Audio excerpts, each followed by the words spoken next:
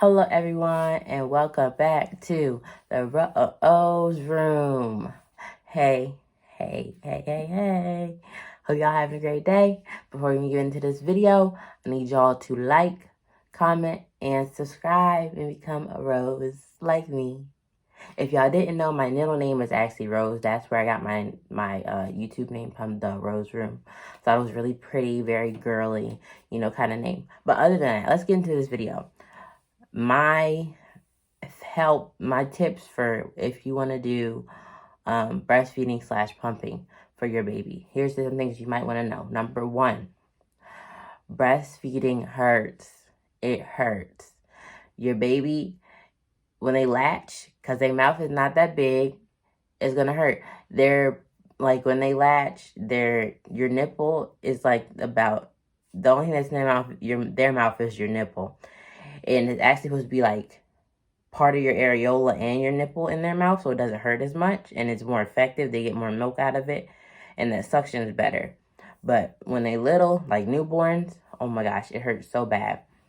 And your nipples will crack, your nipples will bleed, and they will change colors. And it's not pretty.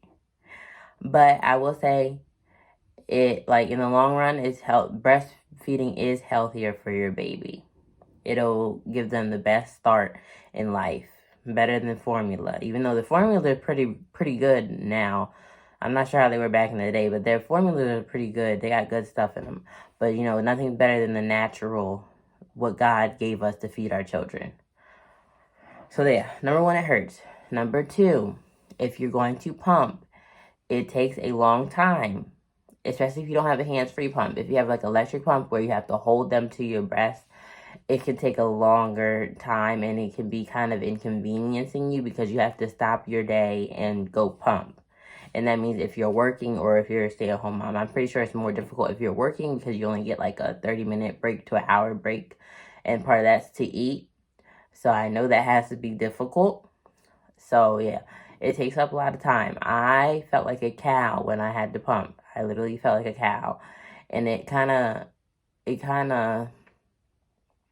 worsened my postpartum depression because I felt like I was just being used for milk. And, all I got in return was cries and poop. And it wasn't fun. It wasn't. She giggled every once in a while, but it was like, I'm giving you all of me right now. You took my sleep away. You took my, my alone time away. And now I have to feed you from my body, using my body to feed you. And it was a lot. I liked it because I didn't have to pay for milk, but it was a lot. It was mentally draining, really, because most of the day I was sitting in the room pumping. I couldn't go out for long periods of time because I had to pump, and I didn't like pumping in public.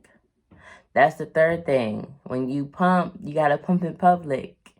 And if you don't, it's going to be harder for you to, keep up your milk supply for your baby. If the frozen milk supply. So if you're not pumping when you're out and about, your boobs is just filling up with milk all day and you don't have that expressed throughout the day to store up for when you're out and stuff like that. So you just have to kind of push through it and just do it. Go to the car, go to the bathroom, do something. But I think I only pumped in public, in the car. That's the only place I was comfortable enough to do it. Even if there was people in the car. Most of the time I was in the car with my family, so I didn't care. But, yeah. So, and what else? What else did y'all know? Oh, when you breastfeed and pump, your nipples and your areolas are going to change. They're going to crack, they're going to bleed, they're going to get stretched out, and it's not going to be pretty. It's not. But this is what the sacrifice that you make to give your child the best start in life. And there's no going back from that. And they'll be so happy that you did. You'll be so happy that you did. I'm not sure if they'll be so happy that you did. But you'll be so happy that you did it for them.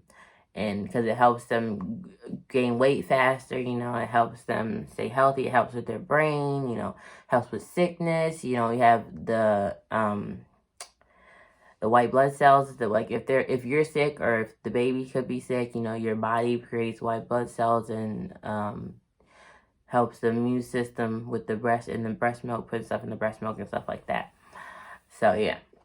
All right, and now I would say the fifth thing is breast milk is multi-purpose. Like, they told me when I was in the hospital, like, I can use the breast milk for baby acne. I can use it for like cuts and scrapes. I could use it for like rashes that the baby had, and I can even use it like on myself for different things, like for my skin and stuff like that. So there's a lot of benefits to pumping and breastfeeding. There are, but they don't tell you about, this is probably the sixth thing and then I'll be done. They don't tell you about how mentally draining it is to have to pump for someone or have to breastfeed someone. Now, I think if I breastfed, it probably would have been more of a bonding experience, but because it hurt so bad, I literally could not stand the pain. I was like, yeah, I wanna do it because I know like the bonding, and then that's how you bond with your child when they're first born. But I couldn't do it. It hurt too bad. Like, this girl, I felt like she was gonna bite off my nipple. Even though she didn't have teeth, I felt like that's what it felt like. I felt like she was biting my nipple, and it hurt really bad. But like, it really is mentally draining. It's mentally tiring, but it's so beneficial for their health. So yeah. But other than that, those are my my tips to y'all, or well, advice to y'all for if you want to breastfeed or pump. And don't be scared to like breastfeed in public.